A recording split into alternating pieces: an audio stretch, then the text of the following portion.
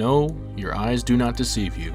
This is an animatronic from Showbiz Pizza Place, but it's not just any animatronic. This is Fats Geronimo, the grand poobah of the Colander Head movement, down to the bare aluminum frame. You're probably wondering how I got here, and my origin story on how I got into the fandom would probably fit best here, but I don't really intend to go into detail with that just yet. Instead, I'm going to give you a bit of a background on how I got to this point in a semi-complicated but simplified context. Earlier this year, I had made a choice to stop following my dream job at this time, which in simple terms was a form of mechanicking. I had done this for about 5 years on and off, and I really wasn't getting anywhere with it, and I finally decided that it was time to throw in the towel. Around this time, I had developed interest in the Rock-afire Explosion and the Chuck E. Cheese fandom, and I wanted to actually see the bots in person, but didn't know where to look.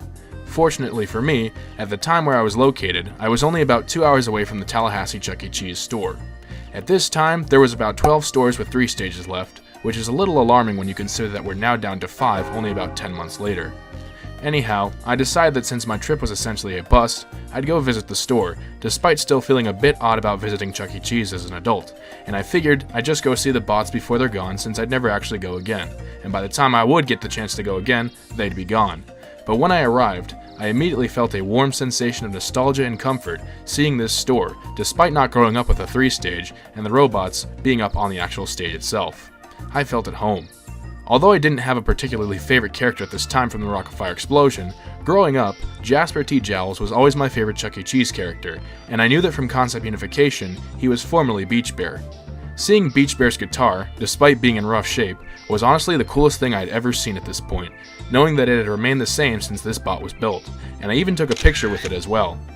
I thought it was incredible that this piece of showbiz history had survived all these years.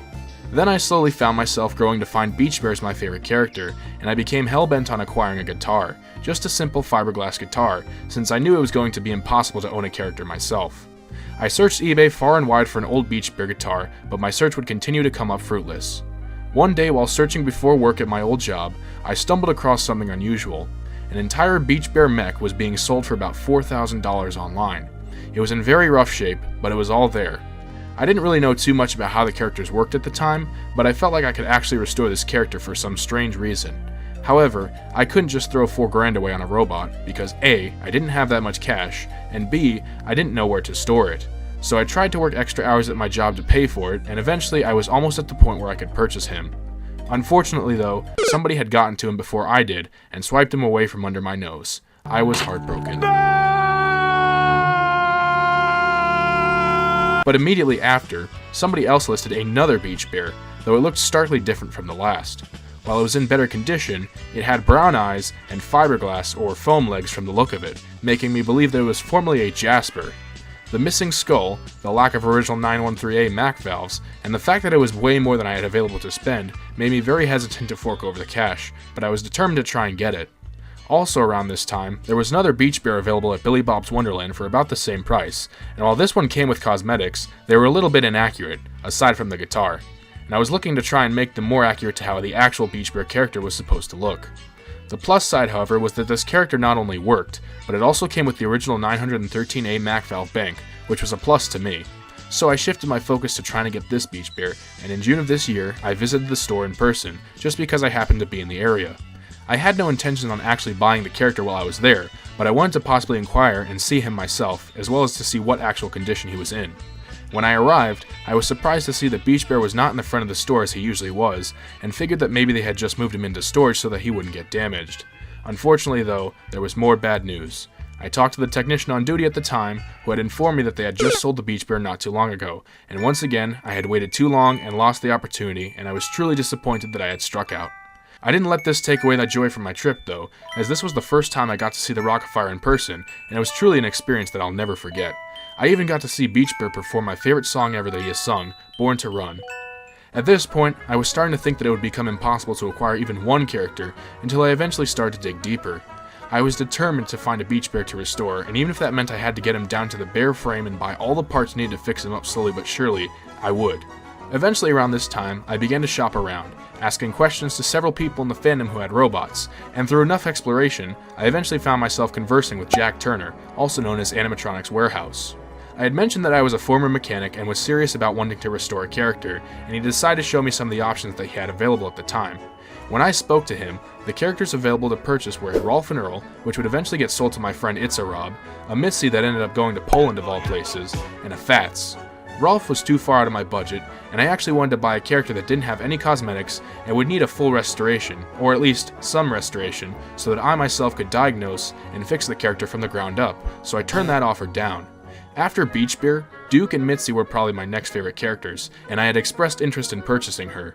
Unfortunately, once again, I lost the draw, and somebody had beat me to her. I was starting to get very discouraged at this point, as this was the 4th bot that I had lost, and while it wasn't a Beach Bear, it was still a character that I really would have liked to have, and I was starting to wonder if it was a little too late to be getting into the fandom. Thankfully though, Jack still had a Fats available, and I decided that it would be worth the investment in the long run, and could potentially be a way to get my foot in the door. So, I expressed my interest, and we were able to make a deal. Jack was able to hang on to the character while I was able to get the last of the funds that I needed, and in November, the purchase was finalized and I became the owner of one Fats Geronimo. Originally, the character was supposed to come with cosmetics, but I decided, and Jack had suggested as a price drop, to remove them, as they were in very rough shape and more than likely would need to be discarded anyways for a full restoration. This dropped the price quite a bit, and I was very happy about this. Plus, Fats had his original 913A valve bank, which was a huge plus for me. While I wasn't particularly worried about building a new valve bank for any restoration that I did, having the original valves adds to the value of the character to me, since that's the same valve bank that has been with the character since it was built, more likely than not. A few weeks later, after waiting patiently for the 150-pound gorilla to arrive, Fats came in and was ready to be brought into my new home. And so, that brings us to today. Here, of course, is the man of the hour, Fats Geronimo, the Grand Poobah of the Colander Head movement. And pretty much in good condition. I don't really want to jostle them around too much because I don't want to mess up any of the cylinders. As you can see, Mac valves haven't arrived yet, but they're supposed to be coming in the mail this week, so I'm excited about that. But he's in fairly decent condition. I haven't actually aired him up, obviously, because I don't have the valves. But once I do get the valves, I'm going to be getting an air dryer. I already have a compressor ready to go, and I'll be able to kind of diagnose and see what needs to be fixed on him. Kind of move his head up here a little bit so I can show you the facial features. Obviously his eyes and his eyelids are going to need some cleaning. Quite a bit of dirt and grime on him, but that's not really anything that I'm super concerned about. Everything is here for the most part. All the cylinders and the valves, well, not the valves, I'm sorry, all the cylinders. The air lines are also here. They're a little bit greasy, so I'm going to have to probably go through and give them a little bit of a wash. As you can see, there's quite a bit of grease buildup around some cylinders, so I'll have to check that once I get the valves. There's also a bit of melted latex on the arms, and I believe that's what this is on the eyeballs as well. But that's not really a big issue. Like I said, this is all stuff that I'll be able to get cleaned off. I've dealt with a lot worse. But for the most part, everything is here. Body shells are outside, but they're in a shop. They're tarped up, they're completely fine. The only reason that I have them out there is because I don't have the room to store them in the house. I'll be doing a deep clean on those to make sure that I get all the kind of the dust, the dirt, and the grime off of them.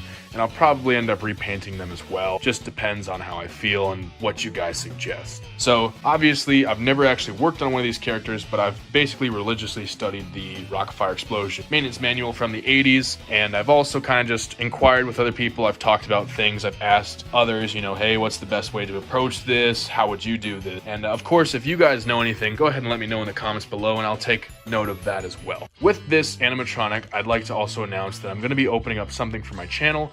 As you know, I was recently monetized on my Beach Kai channel, which means that I can now actually earn money from doing this, which is honestly incredible. I can't thank you guys enough for getting me to that point.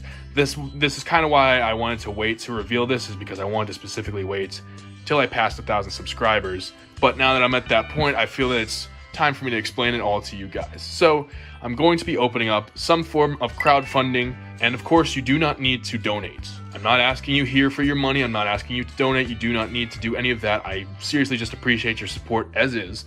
But if you choose to crowdfund, you're going to be getting some behind the scenes restoration videos on Fats, and the reason for that is just because I'm going to be trying to document as much as I can, and while I will be uploading documentation of me restoring the character on my main channel, all the nitty-gritty stuff like, you know, going down and dirty with the valves, trying to rebuild them, repainting body shells if that's something that I have to do, and other things, that's going to take a lot of time to do. So I want to kind of reward those of you that crowdfund by showing some behind the scenes footage, uncut footage, stuff like that. But just know that I am going to be posting the restoration here on YouTube. I'm not going to be gatekeeping that. That's not fair to you guys. And I also just kind of want your feedback as well.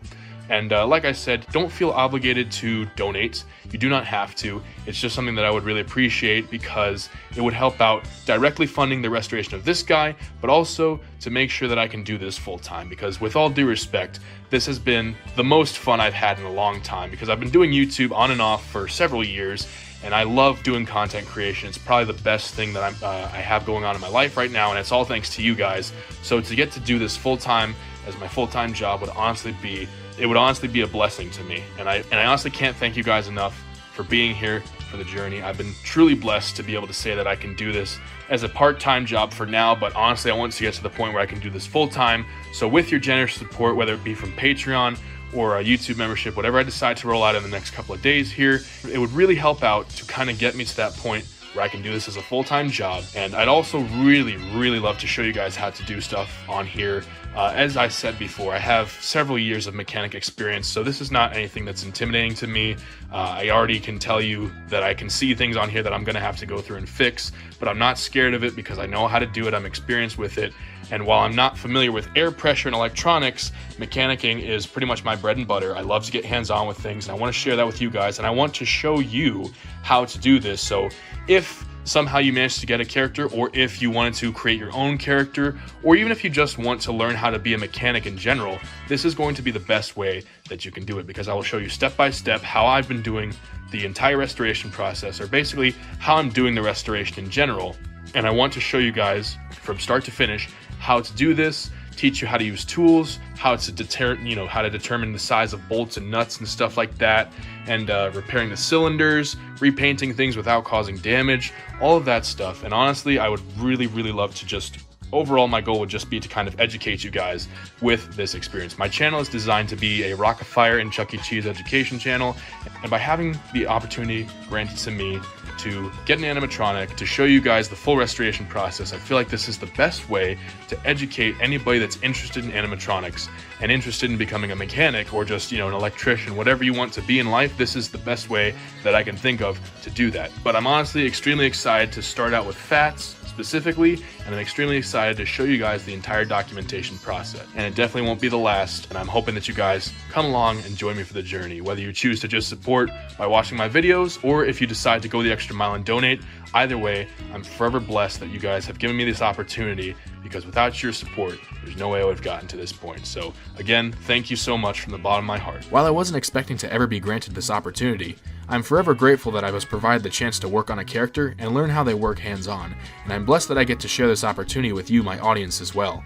I want to extend my personal gratitude to Jack Turner for his patience and for being honest and thorough through the entire transaction. Even though I'll be posting slow and occasional restoration updates, I also post other videos about the Rock-afire explosion as well, and I'll be mingling those in between the restoration updates. So if you want to see more of this kind of content, consider subscribing and leaving a like so that my videos can get recommended to you. Lastly, I just want to say thank you to everybody who has been supportive of my adventure ever since I started my channel earlier this year. Until next time, my name is Beach Kai, and I hope you have a blessed and prosperous day. Thank you so much for watching.